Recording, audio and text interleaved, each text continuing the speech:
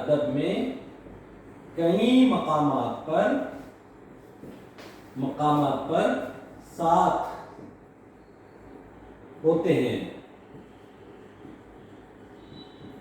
حالانکہ ان کی ابتدا و انتہا الگ الگ ہوتی ہے، ان کی ابتدا و انتہا الگ الگ ہوتی ہیں۔ احمد رضا صاحب کہتے ہیں کہ طنز و مزاح اردو ادب میں کئی مقامات پر ساتھ ہوتے ہیں، حالانکہ ان کی ابتدا اور انتہا الگ الگ ہوتی ہے۔ جیسے اردو ادب کا مزاحیہ کردار چچا چھکن، بہت اچھی ایگزامپل یہاں دے رہے ہیں کہ اردو ادب کا آپ نے بچپن میں پہلی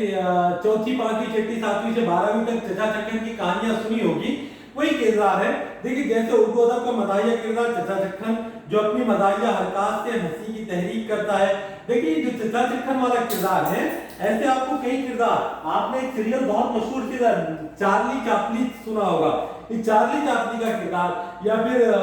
ملا کیا کہتے ہیں ملا حموسی کا کردار، یا پھر آپ کہیں گے شیخ چلی کا کردار،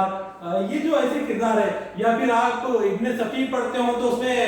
حمید کا کردار، عمران کا کردار، قاسم کا کردار، یہ جو کردار ہے ایسے ہی کردار جیسے اردو ادب کی مزاحیہ کردار چچا چھکن جو اپنی مزاحیہ حرکات سے ہنسی کی تحریک کرتا ہے، اس کے برعکس میں جب معاشرہ مجموعی طور پر بگڑنے لگتا ہے اور مزاح نگار کا یہ احساس شدت اختیار کر جاتا ہے کہ معاشرے کی اصلاح ممکن نہیں، تو اس وقت وہ انسانیت سے متنفر ہو جاتا ہے اور طنز پر اتر آتا ہے، اور یہی طنز جب شدت اختیار کر لیتی ہے تو اپنی قوت کھو دیتی ہے اور مذمت بن جاتی ہے۔ مزاح نگار کے دل میں فرد اور معاشرے کے لیے رحم اور محبت کا جذبہ ہوتا ہے، جبکہ طنز نگار کے دل میں نفرت اور دشمنی کا۔ دیکھیے کتنا نازک پہلو ہے، آپ سمجھنے کی کوشش کریں۔ مزاح سے طنز سے مذمت،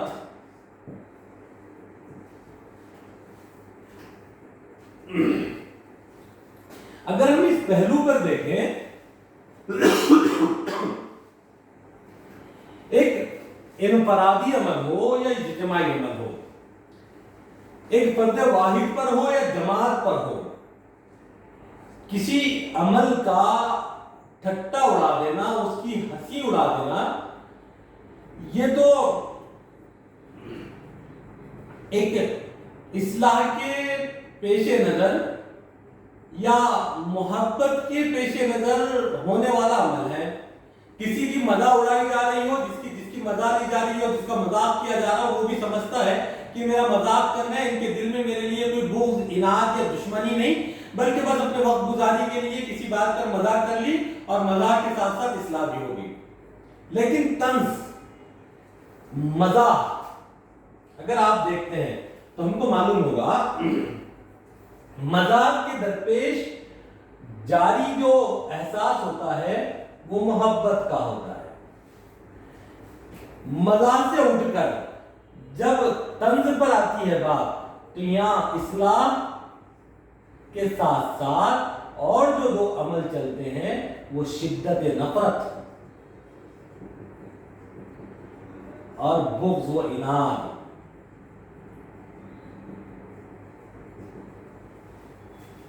اب دیکھیں مزاح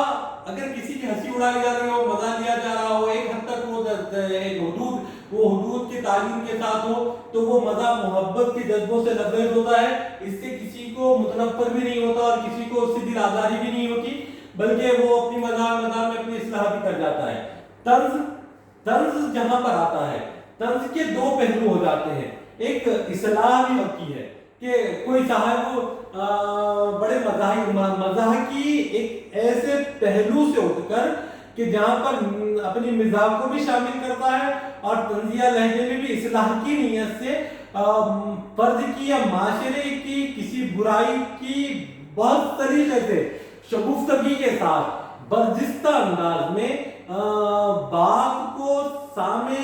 قاری اور ناظرین کے سامنے لا دیتا ہے، سننے، دیکھنے اور بولنے والوں کے سامنے لا دیتا ہے، تو اس وقت وہ طنز اصلاح کے پہلو میں ہوتا ہے۔ جب اگر طنز کرنے والا دل کے اندر شدت بغض اور اناد اور دشمنی رکھ کر کرے تو وہ طنز اس سے بڑھ کر مذمت میں آ جاتا ہے، بغاوت میں آ جاتا ہے، مخالفت میں آ جاتا ہے۔ اگر ہم اس طریقے سے سمجھنے کی کوشش کریں کہ مزاح کب تک مزاح ہے، مزاح جب تک کسی کی دل آزاری نہ ہو وہ لفظ مزاح ہے۔ مزاح سے اٹھ کر اگر کسی کی دل آزاری نہ ہوتے ہوئے صرف یہ احساس دلانے کا کام ہو تو طنز ہوتا ہے، اور طنز سے اٹھ کر اگر کسی کی دل آزاری بہت زیادہ ہو، بغاوت ہو، مخالفت ہو، تو یہ پہلو مزاح سے نکل کر طنز اور طنز سے نکل کر یہ پہلو مذمت میں آ جاتا ہے۔ اس لیے طنز و مزاح تو انسان کی زندگی کا جوہر خاص ہے، لیکن مذمت یہ انسان کے منفی پہلو زندگی کی عکاسی کرتا ہے، اس لیے ادب میں طنز و مزاح کی اہمیت دو بالا ہے۔ ادب میں اور زندگی میں مزاح سے خالی زندگی بے معنی ہے، اور طنز اصلاح کے پہلو سے ہو تو طنز بھی قابل قبول ہے، لیکن طنز اور مزاح کے حدود سے آگے نکل کر کوئی بات مزاح کے زمرے میں چل جاتی ہے تو وہ بات قابل قبول نہیں مانی جائے گی، بلکہ نفرت، بغض، اناد، دشمنی کو پروان چڑھائے گی۔ اس لیے طنز و مزاح کی یہ جوہر ہم لوگ دیکھتے ہیں کہ اردو ادب میں اس کی کوئی جگہ نہیں ہے۔ اس لیے مزاح نگار کا مقصد لوگوں کو ہنسانا اور خوش کرنا ہوتا ہے، جبکہ طنز نگار جس پر ہنستا ہے اس سے نفرت بھی کرتا ہے، اسے تبدیل کرنے کا خواہ بھی ہوتا ہے کہ برائی پر ہنس لینا یہ مزاح ہے، برائی پر طنز کرنا، برائی کی اصلاح بھی مقصد ہو سکتی ہے، اور وہ برائی سے نفرت بھی ہوتی ہے۔ اس لیے طنز و مزاح کے تعلق سے جو اب تک ہم نے گفتگو کی، اس سے یہ بات واضح ہوتی ہے کہ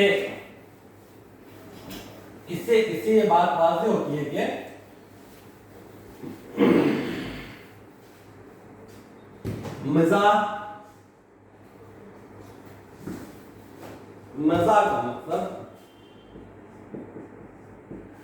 کا مقصد ہنسی مذاق اور وقت گزاری، دل جوئی اور دل جمعی ہوتا ہے۔ وہیں پر طنز کا مقصد اصلاح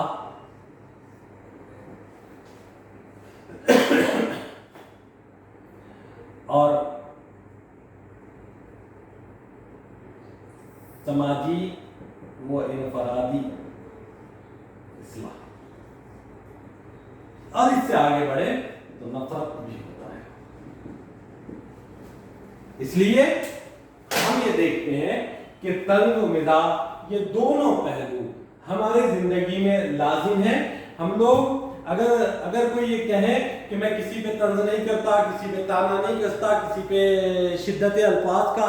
اظہار نہیں کرتا، تو یہ بات بھی غلط ہے۔ اگر کوئی آدمی کی سرشت میں شامل ہے کہ آدمی مزاح بھی کرتا ہے، آدمی طنز بھی کرتا ہے، کوئی صاحب فہم ہے طنز کو سمجھتا ہے، کوئی صاحب فہم ہے طنز کو نہیں سمجھتا، یا کہنے والا بھی بہت سارے وقتوں میں ایسا ہوتا ہے کہ اس کے مزاج میں، اس کی سرشت میں ہی کچھ ایسی طنز و مزاح کے پہلو آ جاتے ہیں کہ وہ بات پر کسی پہ طعنہ زنی کرنے کا عادی ہو جاتا ہے۔ اور دیکھیں طنز اکثر وہ لوگ کرتے ہیں، طنز اور مزاح ہم دیکھتے ہیں وہ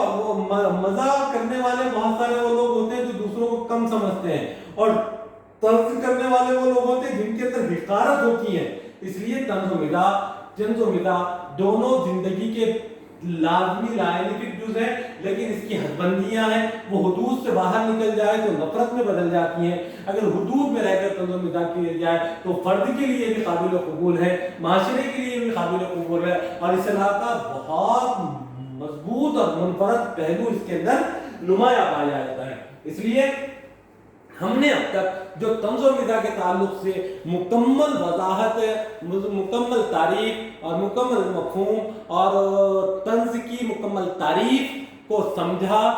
پڑھا ہے، اب میں سمجھتا ہوں کہ اگلے ابواب میں جب ہم ادبی فن پاروں کو پڑھیں گے تو کہاں طنز کیا جا رہا ہے، کہاں مزاح ہے، کون سا پہلو طنز کا ہے، کون سا پہلو مزاح کا ہے، اور ادب میں طنز و مزاح کے کتنا لازم و ملزوم ہے، اور ہم اپنی زندگی میں کس طریقے سے جانے انجانے میں یا پھر غیر محسوس طریقے سے طنز و مزاح کو بروئے کار لاتے ہیں۔ یہ جیسے جیسے ہمارا یہ باب آگے بڑھتا رہے گا، امید ہے کہ ہمارا باب ہم کو سمجھ میں بھی آئے گا اور ہم اپنے زندگی کے اندر ان سارے پہلوؤں کا اطلاق بھی کرنے کی کوشش کریں گے کہ طنز کو، مزاح کو کس حد تک مزاح میں رہنے دی جائے، طنز کو کس حد تک طنز میں رہنا دیا جائے، طنز مزاح اگر اپنے حدود سے بڑھ کر ہو جاتا ہے تو طنز میں ہو جاتا ہے، طنز اگر اپنے حدود سے بڑھ جائے تو وہ مذمت میں آ جاتا ہے، اور جب مذمت ہوتی ہے تو پھر مخالفت، شدت اور نفرت کے پہلو پیدا ہوتے ہیں، اور ہم کو حتی الامکان طنز کو طنز رہنے دیا جانا چاہیے، مزاح کو مزاح رہنے دینا چاہیے، مزاح کو اپنی زندگی کا لائن ضرور بنائیے تاکہ ہماری اپنی زندگیوں کے اندر جب کبھی ذہن بوجھل ہو، جب کبھی فکریں حاوی ہو، جب کبھی ہم کسی ڈپریشن میں ہو، اس وقت کوئی مزاحیہ مضمون پڑھ لیں، کوئی مزاحیہ نظم سن لیں، جیسے کہ میں نے یہ گفتگو شروع کرنے سے پہلے کہا تھا کہ سلیمان خطیب دکن کا بڑا اچھا شاعر تھا، جس کی یہ نظم مجھے اکثر یاد آتی ہے، اور اس کا یہ آخری شعر، جو بیوہ عورت اپنے شوہر کی قبر پر بیٹھی ہے، جس کا گھر کے اندر ایک جوان بیٹی ہے، تنخواہ بھی آنا باقی تھی، شوہر کا انتقال ہو گیا، اس کا وہ شعر بڑا اچھا ہے کہ اتنا احسان ہم پہ کرنا تھا، تنخواہ لینے کے بعد مرنا تھا، کہ آخری وقت بھی تم اتنا احسان۔ دیکھیے